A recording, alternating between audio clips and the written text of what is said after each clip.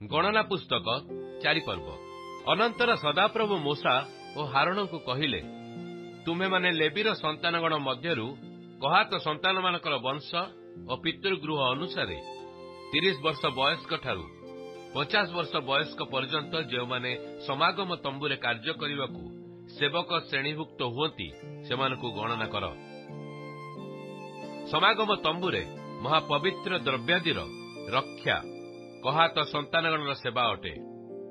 ଛାଉଣି ଅଗ୍ରସର ହେବା ବେଳେ ହାରଣ ଓ ତାହାର ପୁତ୍ରଗଣ ଭିତରେ ଯାଇ ଆଚ୍ଛାଦନର ବିଚ୍ଛେଦ ବସ୍ତ୍ର ନେଇ ସାକ୍ଷ୍ୟ ସିନ୍ଦୁକ ଢାଙ୍କିବେ ଓ ତହିଁ ଉପରେ ଶିଶୁକ ଚର୍ମର ଆଚ୍ଛାଦନ ଦେବେ ଓ ତହିଁ ଉପରେ ସମ୍ପୂର୍ଣ୍ଣ ନୀଳବର୍ଣ୍ଣ ଏକ ବସ୍ତ୍ର ଦେବେ।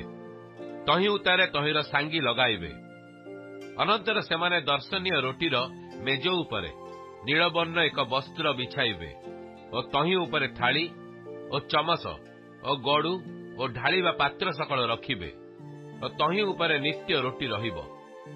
ସେହି ସମସ୍ତର ଉପରେ ସେମାନେ ଏକ ସିନ୍ଦୁର ବର୍ଣ୍ଣ ବସ୍ତ୍ର ବିଛାଇବେ ଓ ଶିଶୁକ ଚର୍ମର ଆଚ୍ଛାଦନ ଦେଇ ତାହା ଢାଙ୍କିବେ। ତହିଁର ସାଙ୍ଗି ଲଗାଇବେ। ଏ ଉତ୍ତାରେ ସେମାନେ ଏକ ନୀଳବର୍ଣ୍ଣ ବସ୍ତ୍ର ନେଇ ଆଲୁଅର ଦୀପବୃକ୍ଷ ଓ ତହିଁର ପ୍ରଦୀପ ଓ ଚିମୁଟା ଓ ଅଙ୍ଗାରଧାନୀ ଓ ତହିଁର ସେବାର୍ଥକ ସମସ୍ତ ତୈଳପାତ୍ର ଆଚ୍ଛାଦନ କରିବେ। ପୁଣି ସେମାନେ ତାହା ଓ ତହିଁର ସମସ୍ତ ପାତ୍ର ଶିଶୁକ ଚର୍ମର ଏକ ଆଚ୍ଛାଦନରେ ରଖି ଦୋଳା ଉପରେ ଥୋଇବେ। ପୁଣି ସେମାନେ ସ୍ୱର୍ଣ୍ଣମୟ ବେଦୀ ଉପରେ ନୀଳବର୍ଣ୍ଣ ଏକ ବସ୍ତ୍ର ବିଛାଇ ତାହା ଶିଶୁ ଚର୍ମରେ ଢାଙ୍କିବେ ଓ ତହିଁରେ ସାଙ୍ଗି ଲଗାଇବେ। ଆଉ ସେମାନେ ପବିତ୍ର ସ୍ଥାନର ସେବାର୍ଥକ ସମସ୍ତ ପାତ୍ର ନେଇ ନୀଳବର୍ଣ୍ଣ ବସ୍ତ୍ର ମଧ୍ୟରେ ରଖିବେ ଓ ଶିଶୁକ ଚର୍ମର ଏକ ଆଚ୍ଛାଦନରେ ତାହା ଢାଙ୍କି ଦୋଳା ଉପରେ ରଖିବେ। ପୁଣି ସେମାନେ ବେଦୀରୁ ଭସ୍ମ କାଢି ନେଇ ତହିଁ ଉପରେ ବାଇଗଣିଆ ବର୍ଣ୍ଣ ବସ୍ତ୍ର ବିଛାଇବେ। ଆଉ ତହିଁ ଉପରେ ସେମାନେ ଅଙ୍ଗାରଧାନୀ, ତ୍ରିଶୂଳ, କରଚୁଲି ଓ କୁଣ୍ଡ ପ୍ରଭୃତି ବେଦୀର ସେବାର୍ଥକ ସମସ୍ତ ପାତ୍ର ରଖିବେ। ତହୁଁ ସେମାନେ ତହିଁ ଉପରେ ଶିଶୁକ ଚର୍ମର ଆଚ୍ଛାଦନ ଦେଇ ସାଙ୍ଗି ଲଗାଇବେ।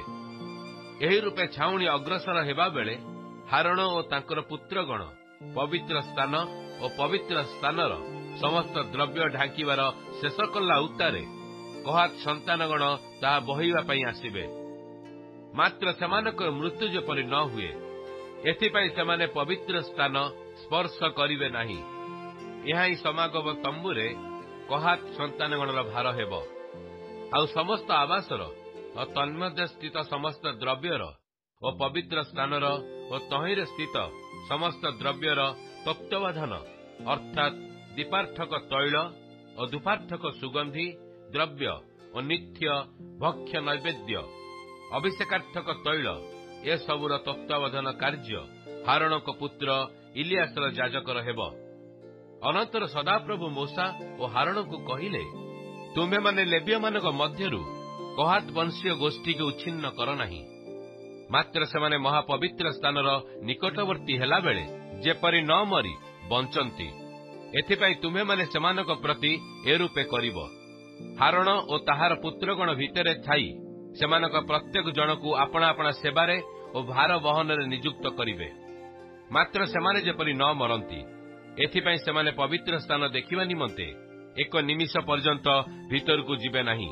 ଅନନ୍ତର ସଦାପ୍ରଭୁ ମୂଷାଙ୍କୁ କହିଲେ, ତୁମେ ଗେର୍ଶନ ଓ ସନ୍ତାନଗଣର ପିତୃଗୃହ ଓ ବଂଶାନୁସାରେ ସେମାନଙ୍କର ସଂଖ୍ୟା ନିଅ।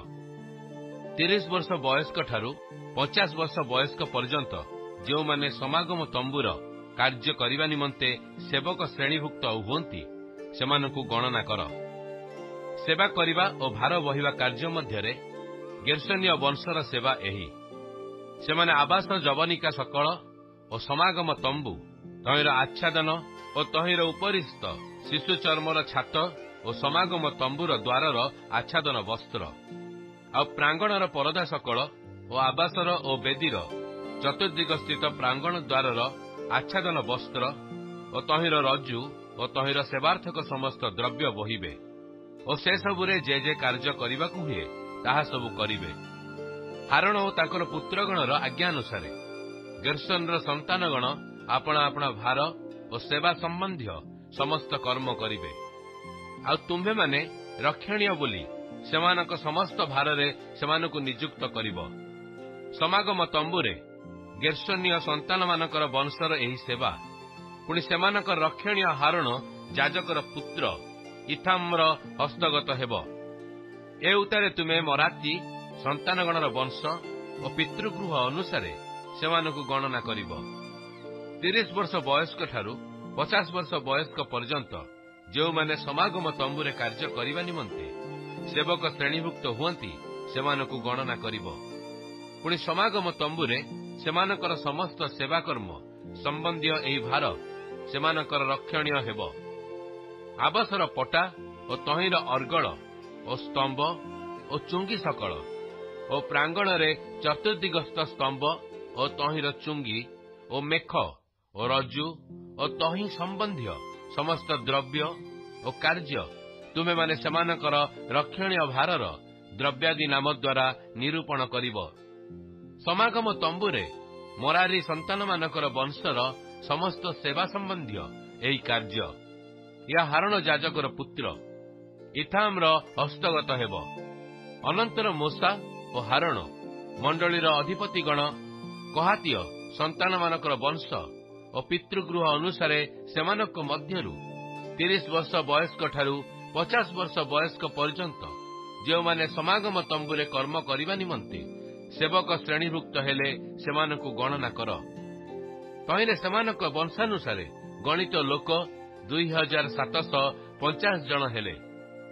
ଏମାନେ କହାତୀୟ ବଂଶର ଗଣିତ ଓ ସମାଗମ ତମ୍ବୁର ସେବାକର୍ମରେ ନିଯୁକ୍ତ ଲୋକ।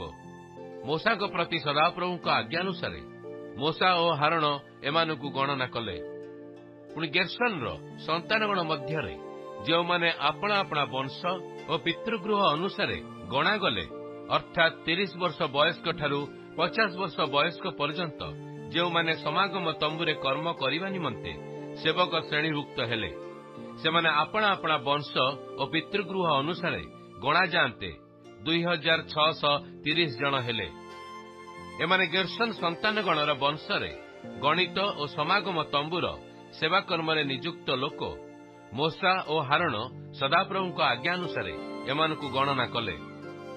ଆଉ ମରାରୀ ସନ୍ତାନଗଣର ବଂଶ ମଧ୍ୟରେ ଯେଉଁମାନେ ଆପଣା ଆପଣା ବଂଶ ଓ ପିତୃଗୃହ ଅନୁସାରେ ଗଣାଗଲେ, ଅର୍ଥାତ୍ 30 ବର୍ଷ ବୟସ୍କ ଠାରୁ 50 ବର୍ଷ ବୟସ୍କ ପର୍ଯ୍ୟନ୍ତ ଯେଉଁମାନେ ସମାଗମ ତମ୍ବୁରେ କର୍ମ କରିବା ନିମନ୍ତେ ସେବକ ଶ୍ରେଣୀଭୁକ୍ତ ହେଲେ, ସେମାନେ ଆପଣା ଆପଣା ବଂଶ ଓ ପିତୃଗୃହ ଅନୁସାରେ ଗଣାଯାଆନ୍ତେ 3200 ଜଣ ହେଲେ। ଏମାନେ ମରାରୀ ସନ୍ତାନଗଣ ବଂଶର ଗଣିତ ଲୋକ। ମୋଶାଙ୍କ ପ୍ରତି ସଦାପ୍ରଭୁଙ୍କ ଆଜ୍ଞାନୁସାରେ ମୋଶା ଓ ହାରଣ ଏମାନଙ୍କୁ ଗଣନା କଲେ। ଏହି ରୂପେ ମୋଶା ଓ ହାରଣ ଇସ୍ରାଏଲର ଅଧିପତିଗଣ ଦ୍ୱାରା ଯେଉଁ ଲେବୀୟ ଲୋକମାନେ ଆପଣା ଆପଣା ବଂଶ ଓ ପିତୃଗୃହ ଅନୁସାରେ ଗଣିତ ହେଲେ, ଅର୍ଥାତ୍ 30 ବର୍ଷ ବୟସ୍କ ଠାରୁ 50 ବର୍ଷ ବୟସ୍କ ପର୍ଯ୍ୟନ୍ତ ଯେଉଁମାନେ ସମାଗମ ତମ୍ବୁରେ ସେବାକର୍ମରେ ଓ ଭାର ବହିବା କର୍ମରେ ନିଯୁକ୍ତ ହେଲେ, ସେମାନେ ଗଣାଯାଆନ୍ତେ 8580 ଜଣ ହେଲେ। ସଦାପ୍ରଭୁଙ୍କ ଆଜ୍ଞା ଅନୁସାରେ ସେମାନେ ପ୍ରତ୍ୟେକ ମୋଶାଙ୍କ ହସ୍ତ ଦ୍ୱାରା ଆପଣା ଆପଣା ସେବା ଓ ଭାର ବହିବା କର୍ମ ଅନୁସାରେ ଗଣିତ ହେଲେ। ଏହି ରୂପେ ମୋଶାଙ୍କ ପ୍ରତି ସଦାପ୍ରଭୁଙ୍କ ଆଜ୍ଞାନୁସାରେ ତାଙ୍କ ଦ୍ୱାରା ସେମାନେ ଗଣିତ ହେଲେ।